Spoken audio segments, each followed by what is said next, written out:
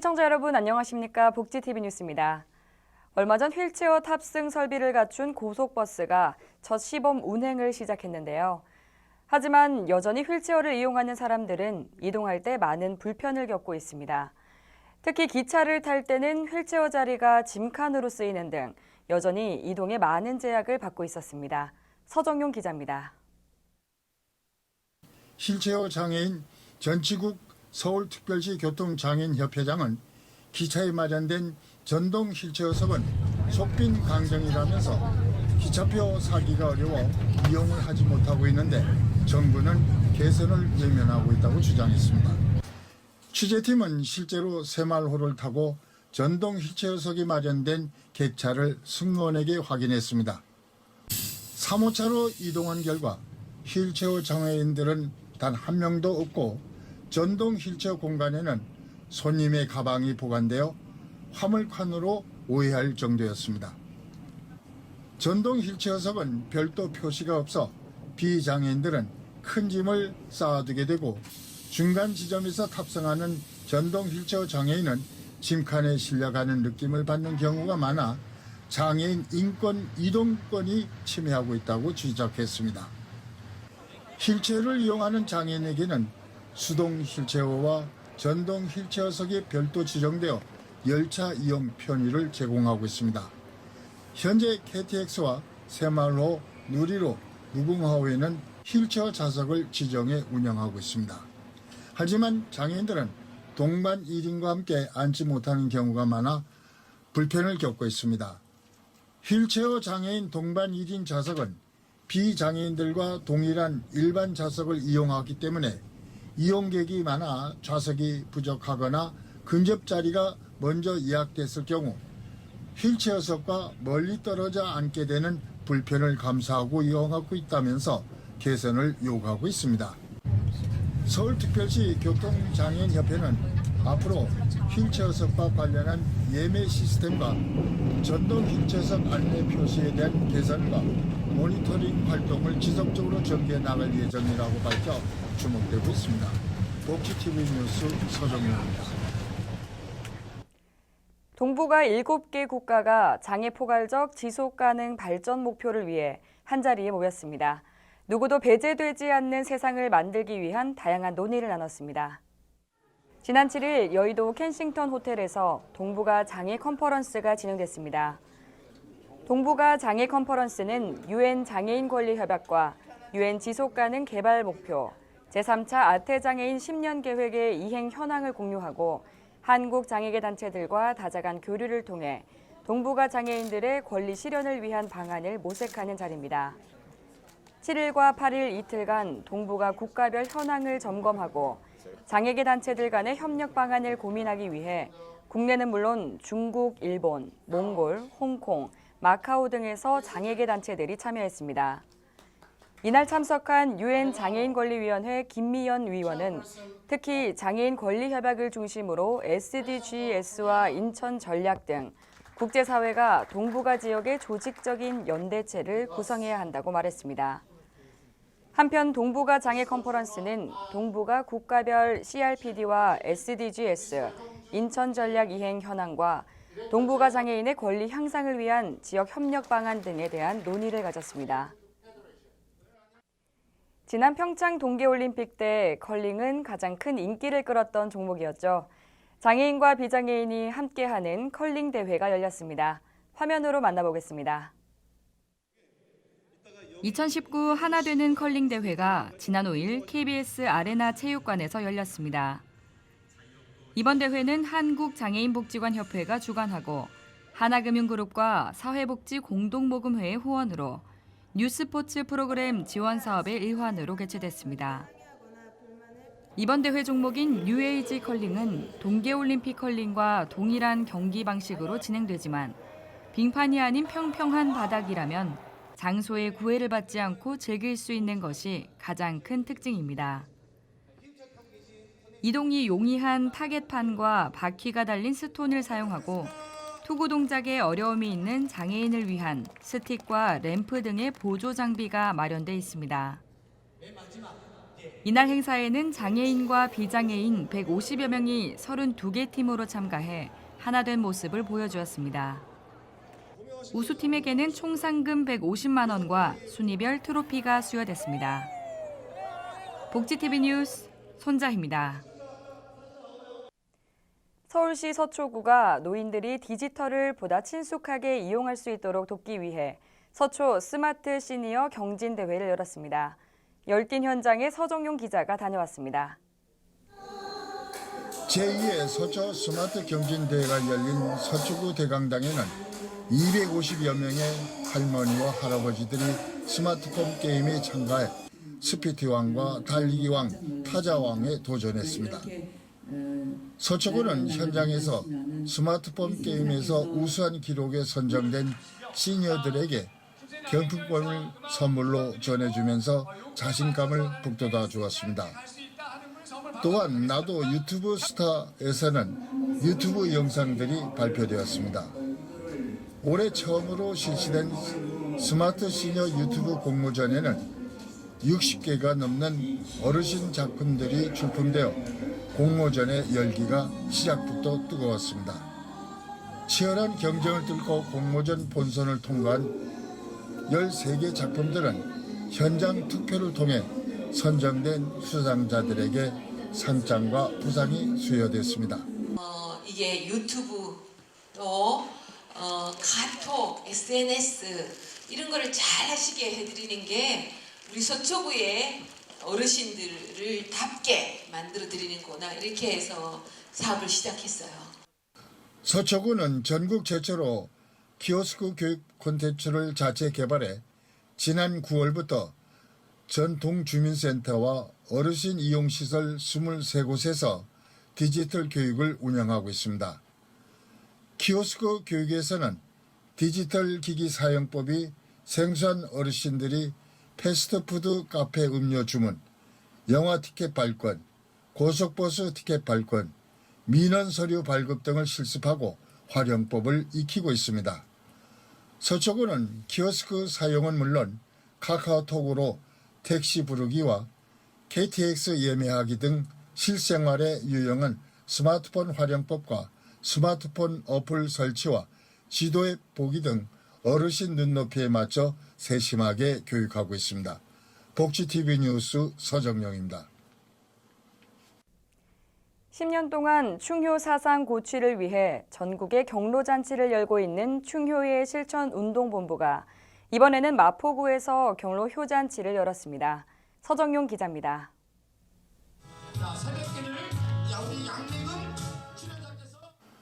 어르신 노래자랑이 펼쳐진 마포구청 대강당입니다. 서울 하늘 아래에서 사는 어르신들이 초청되어 노래자랑에 참가해 평소 부르던 대중가요 열창으로 경로 효잔치 축제 한마당이 펼쳐졌습니다. 효는 사랑하고 감사하는 마음과 이해하고 인내하는 마음이며 하늘과 통하는 기도이고 행복을 위한 것처럼 분위기가 고조됐습니다. 겨울이 눈앞에 있습니다. 모두가 다 건강하시고 그리고 저도 어떤 경우에도 우리 어르신들의 복지 증진과 복리 향상을 위해서 최선을 다하겠다는 말씀을 드리겠고 마포구청 앞마당에서는 사랑의 짜장차 회원들이 정성스럽게 요리한 짜장면이 어르신들에게 무료로 제공되어 자식들이 진실로 부모를 사랑하고 공경하는 사회 분위기가 조성됐습니다. 진실로 부모를 사랑하고 공경하는 마음으로 세상을 가장 바르고 착하게 살아온 모범 어르신들에게는 충효의 표창과 메달이 수여됐습니다. 후손들이 그걸 느껴서 어린 학생들이라든가 어린 아이들이 그걸 찾아가서 본받을 수 있도록 하려고 노력을 합니다.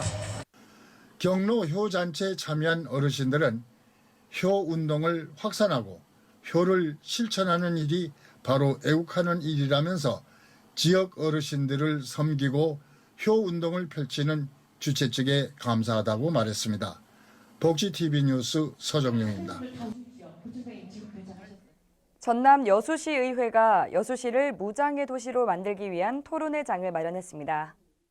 여수시 무장애 도시 조성을 위한 토론회가 지난 6일 전남대학교 여수 캠퍼스에서 열렸습니다. 이번 토론회는 여수시의회 나현수, 민덕희, 강현태 의원 주최로 열렸습니다. 장애인뿐만 아니라 전문가와 공무원, 사회복지시설 종사자 등 많은 시민들이 토론회장을 찾아 장애인 눈높이에서 본 실생활 속 장벽을 이야기해 무장애 도시 조성에 대한 공감대를 높였습니다. 이 자리에서 좌장을 맡은 민덕희 의원 등 3명의 의원들은 무장애 도시를 향한 많은 분들의 뜨거운 열정을 느꼈다며 장기적인 시각을 갖고 무장애 도시 조성을 위해 최선을 다하겠다고 밝혔습니다. 국화의 계절 가을을 맞아 전남 순천만 국가정원에서 국화분재 전시회가 개최됐습니다. 보도에 이영춘 기자입니다. 가을을 대표하는 국화의 계절을 맞아 순천만 국가정원 서문 국제습지센터에서는 지난 5일부터 210여 점의 다양한 국화 분재가 전시돼 관광객들의 시선을 끌고 있습니다. 오는 20일까지 열리는 국화 분재 전시회는 순천 지역 국화사랑 동호회에서 정성들을 가꾼 목부작과 석부작, 풍경장, 일반작, 옥국 등 다양한 형태의 분재가 전시돼 극한 가을의 정취를 맛보게 하고 있습니다. 특히 죽은 나무 뿌리에 국화를 활짝시켜 만든 작품인 목부작과 돌에 접붙인 석부작 등은 그 작은 몸집에서 그토록 많은 꽃을 오밀조밀하게 피해낼 수 있는지 감탄이 절로 나옵니다. 이 국화를 3월부터 지금까지요 정성을 다해서 이 나무 위에 뿌리를 내려서 키우는 건 목부작이고 돌 위에 얹어놓은 거는 석부작입니다. 그래서 정성을 다해서 지금까지 열과 성의를 다해서 키웠습니다. 저희들이 해년마다 하는 행사지만은 순천 국가정원에서 11월 5일부터 20일까지 그 전시회를 하고 있습니다. 많이 오셔서 구경들 하시고 가시면 좋을 것 같습니다.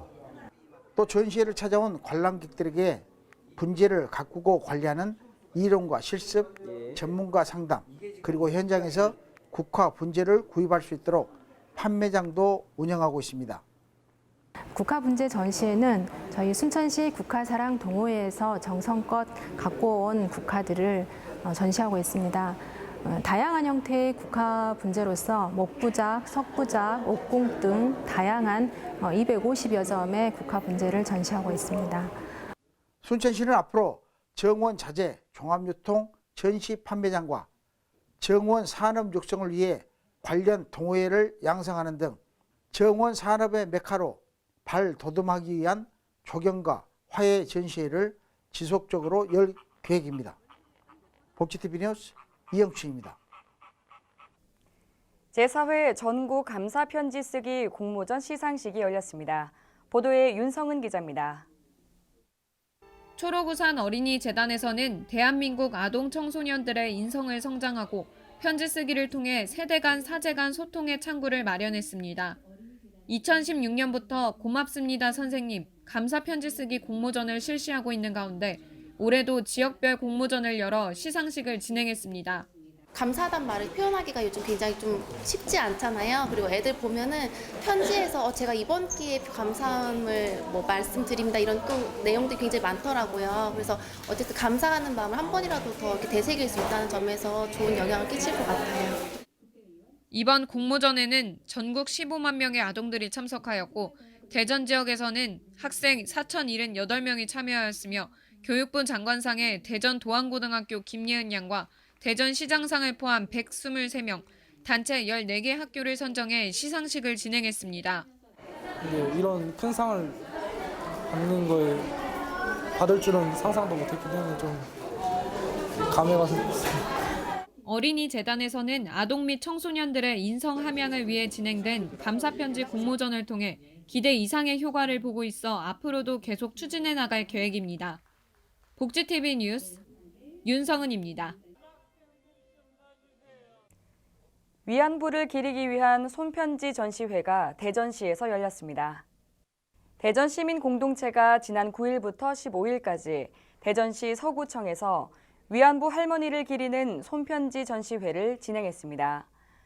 이번 전시회는 대전시청 앞에 설치된 소녀상을 3년간 시민과 학생들이 자발적으로 돌보고 직접 쓴 손편지 내용을 공개 전시함으로써 역사 왜곡을 바로잡고 후손들에게 역사인식을 바로잡는 계기를 제공하기 위해 기획됐습니다. 한편 현재 위안부 피해자 가운데 생존자는 20명입니다. 시사포커스 강석주입니다. 요즘 정가에선 포퓰리즘과 리얼리즘이라는 용어를 많이 쓰고 있습니다. 정치권에서 포퓰리즘은 쉽게 설명하면 퍼주기 정책입니다. 이런 말들이 어디에서 시작되었는지 살펴보면 2020년 총선을 앞두고 여야 정당들이 아동수당, 육아휴직급여 및 기초연금 인상, 치매국가 책임제 등 각종 복지 공약과 고등학교 무상교육 등 지자체에서는 재정 자립도를 생각지도 않고 앞다투어 청년수당 등을 내세우고 있는 것입니다.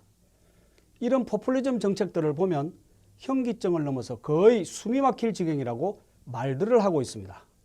또 서울시는 청년수당 대상자 확대에 이어 신혼부부 2만 5천 상에게 보증금 저리융자와 임대주택 입주를 지원하는 내용의 주거지원 사업을 발표하며 40조 원에 육박하는 역대 최대 규모의 2020년 예산안을 공개했습니다. 이어 청년의 고통이야말로 기성세대, 특히 정치가 해결해야 한다며 모든 청년의 출발선만큼은 공정하게 하려는 정책이라고 강조했다고 하는데요. 이런 정치 형태를 두고 개념 있는 사람들은 일반 대중의 인기에 영합하는 정치 형태라고 말합니다. 그래서 정치권과 지방정부는 지방 재정 자립도를 전혀 고르지 아니한 복지 포퓰리즘에 의한 퍼주기식 예산 남발이 총선표를 의식한 단발성을 지향하고 현실적인 측면에서 복지 사각지대에 있는 소외계층도 발굴하여 최근 일어난 성북동 일가족 사망사건 같은 일들이 더 이상 일어나지 않도록 노력을 기울여야 할 것입니다.